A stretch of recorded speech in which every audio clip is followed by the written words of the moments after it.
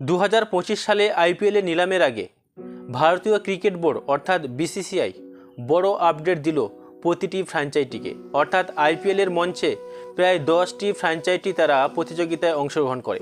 আর সেই 10টি ফ্র্যাঞ্চাইজিকে নিয়ে গতকাল বিসিসিআই এক বড় আপডেট দিল। 2022 সালে আইপিএলের মেগা নিলাম হয়েছিল দুবাইতে।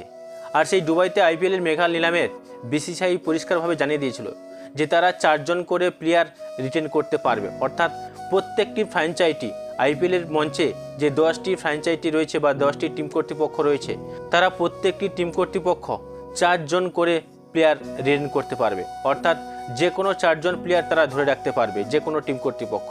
আর সেই মোতাবেক অনুসারে তারা 2022 সালে আইপিএলটা খেলেছিল। আর এবছর অর্থাৎ 2025 সালে আইপিএলের যে মেগা নিলাম হবে তার আগে ভারতীয় ক্রিকেট বোর্ড বড় আপডেট দিল 10টি ফ্র্যাঞ্চাইজিকে। বিসিসিআইয়ের বৈঠকে ঠিক হয়েছে যে প্রতিটি ফ্র্যাঞ্চাইজি অর্থাৎ আইপিএলের মঞ্চে যে 10টি ফ্র্যাঞ্চাইজি তারা প্রতিযোগিতায় অংশগ্রহণ করে সেই ফ্র্যাঞ্চাইজিগুলিকে বিসিসিআই লাইন অর্ডার দিয়েছে। অর্থাৎ প্রত্যেকটি ফ্র্যাঞ্চাইজি তারা 5 জন করে প্লেয়ার রিটেন করতে পারবে। অর্থাৎ প্রত্যেকটি ফ্র্যাঞ্চাইজি তারা 5 জন করে প্লেয়ার ধরে রাখতে পারবে। 5 জন প্লেয়ারকে ধরে রেখে বাদ বাকি সমস্ত প্লেয়ারকে তাদেরকে ছেড়ে দিতে হবে। তবে 2025 সালে আইপিএলের যে মেগা নিলামের মঞ্চ রয়েছে সেই নিলামের মঞ্চ অনুষ্ঠিত হলে অনেক প্লেয়ারের যেমন সুযোগ হবে এবং সেই সঙ্গে অনেক নতুন প্লেয়াররাও লাভবান হবে।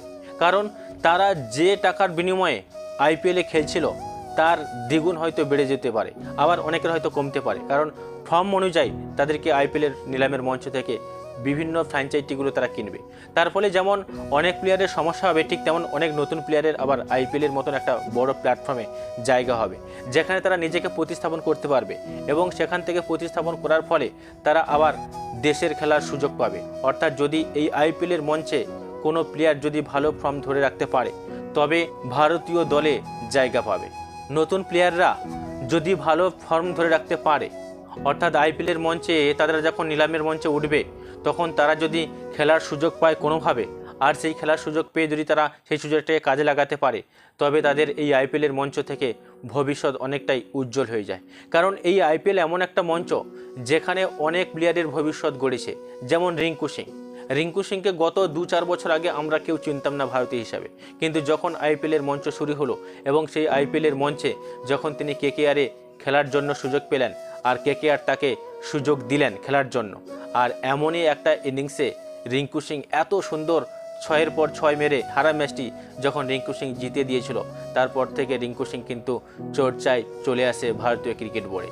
তার ফলে রিঙ্কু সিংকে বিভিন্ন জায়গায় ভারতীয় বোর্ডে তাকে খেলানো হয় এবং রিঙ্কু সিংয়ের মতন একজন প্লেয়ার তিনি ভারতীয় ক্রিকেট বোর্ডে জায়গা করে নেয় পাকাপাকিভাবে বর্তমানে। তবে 2025 সালে আইপিএলের গাইডলাইন থেকে বিসিসিআই স্পষ্টভাবে জানিয়ে দিয়েছে যে ভারতীয় 3 জন প্লেয়ার তারা রিটেন করতে পারবে। অর্থাৎ যে কোনো ফ্র্যাঞ্চাইজি তারা ভারতীয় 3 জন প্লেয়ারকে ধরে রাখতে পারবে। আর বাদ বাকি যে 2 জন প্লেয়ার রয়েছে অর্থাৎ 5 জন প্লেয়ারের মধ্যে ভারতীয় 3 জন প্লেয়ার তারা রিটেন করতে পারবে এবং 2 জন বিদেশি প্লেয়ারকে তাদেরকে রিটেন করতে হবে। অর্থাৎ 3 জন ভারতীয় প্লেয়ার এবং 2 জন বিদেশি প্লেয়ারকে তারা ধরে রাখতে পারবে বিসিসিআইয়ের গাইডলাইন অনুযায়ী। আর সেক্ষেত্রে বিভিন্ন ফ্র্যাঞ্চাইজিগুলিকে অর্থাৎ আইপিএলের মঞ্চে যে 10টি ফ্র্যাঞ্চাইজি রয়েছে সেই ফ্র্যাঞ্চাইজিগুলিকে অনেকটা সমস্যার সম্মুখীন হতে হবে। কারণ তারা যে প্লেয়ারগুলো আগের সিজনে তারা অনেক কম টাকা বা অনেক কম অর্থে তারা কিনেছিল, সেই প্লেয়ারকে যদি আবার তারা ধরে রাখতে চায় তাহলে তাদের আইপিএলের নিলামের মঞ্চ থেকে কিনতে হবে। তার ফলে বিভিন্ন টিম ম্যানেজমেন্টের অনেক টাকা ক্ষতি হতে পারে। কারণ আইপিএলের মতো এত বড় একটা মেগা মঞ্চে শুধুমাত্র ভারতীয়রা প্রতিযোগিতায় নামে না, বহু বিদেশিরা তারা এই প্রতিযোগিতায় অংশগ্রহণ করে। তার ফলে বহু টাকা অর্থাৎ কোটি কোটি টাকা লগ্নি করে বিভিন্ন সংস্থা, এমনকি দর্শকদের মধ্যে চরম উন্মাদনা দেখা যায় যেটা আমরা অন্য কোনো ক্রিকেটে দেখতে পাই না। ওডিআই কিংবা বিশ্বকাপেও এত উন্মাদনা আমরা দেখতে পাই না। তার ফলে বিভিন্ন ফ্র্যাঞ্চাইজি কোটি কোটি টাকা তারা মুনাফা লুটে নেয়। আর সেক্ষেত্রে অনেক প্লেয়াররা তারা অনেক কম টাকায় তারা এই আইপিএলের মঞ্চের প্রতিযোগিতায় নামে। তাই তাদের কথা মাথায় রেখে অর্থাৎ আইপিএলে যে সমস্ত অনামী প্লেয়াররা তারা খেলে তাদের অল্প টাকার বিনিময়ে তাদেরকে খেলানো হয়। তাই তাদের কথা মাথায় রেখে এবারে 2025 সালে আইপিএলের নিলামের মঞ্চটা অন্য রকমের হতে চলেছে।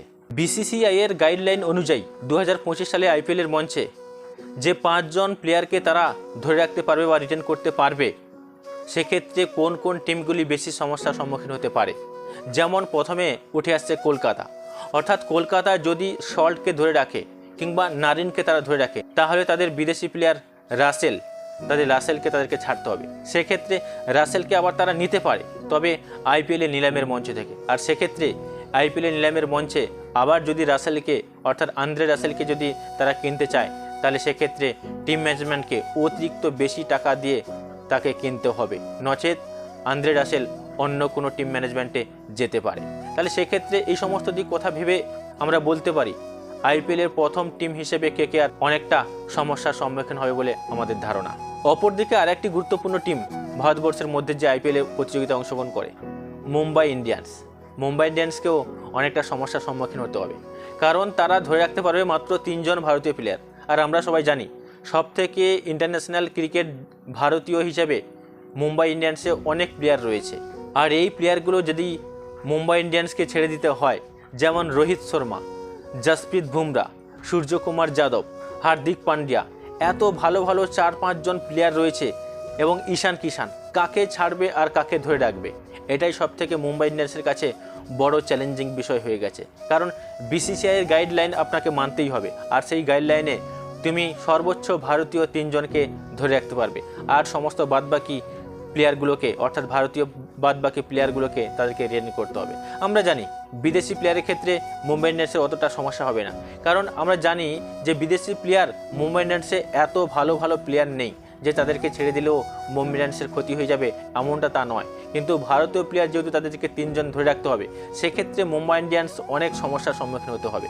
কারণ জসপ্রীত বুমরার মতন বোলারকে যদি তারা হারায়, তাহলে সেক্ষেত্রে মুম্বাই ইন্ডিয়ান্স অনেক চাপে পড়ে যায়। তবে 2025 সালে আইপিএলের সবচেয়ে চমক সৃষ্টিকারী প্লেয়ার হতে চলেছেন রিঙ্কু সিং, অর্থাৎ ভারতীয় বাঁহাতি প্লেয়ার রিঙ্কু সিং এই মুহূর্তে যে ফর্মটা ধরে রেখেছে, সেক্ষেত্রে বিভিন্ন ফ্র্যাঞ্চাইজি চাইবে রিঙ্কু সিংয়ের মতন একজন ম্যাচ উইনিং প্লেয়ারকে যে কোনো ফ্র্যাঞ্চাইজি তারা ধরে রাখতে চাইবে।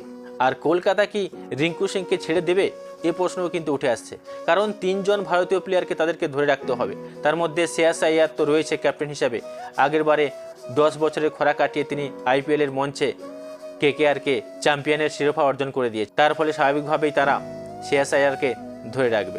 অপরদিকে ভেঙ্কটেশ আইয়ার এবং রিঙ্কু সিং, এই 2 জন প্লেয়ারকেও তারা ধরে রাখতে চাইবে।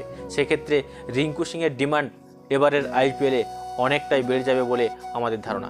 কিংবা রিঙ্কু সিংকে আমরা প্রত্যেকেই চাই রিঙ্কু সিং যেন আইপিএলে নিলামের মঞ্চে যায়, আর সেই নিলামের মঞ্চ থেকে যেন তাকে প্রচুর অর্থের বিনিময়ে বিভিন্ন ফ্র্যাঞ্চাইজিগুলো কেনার সুযোগ পায়।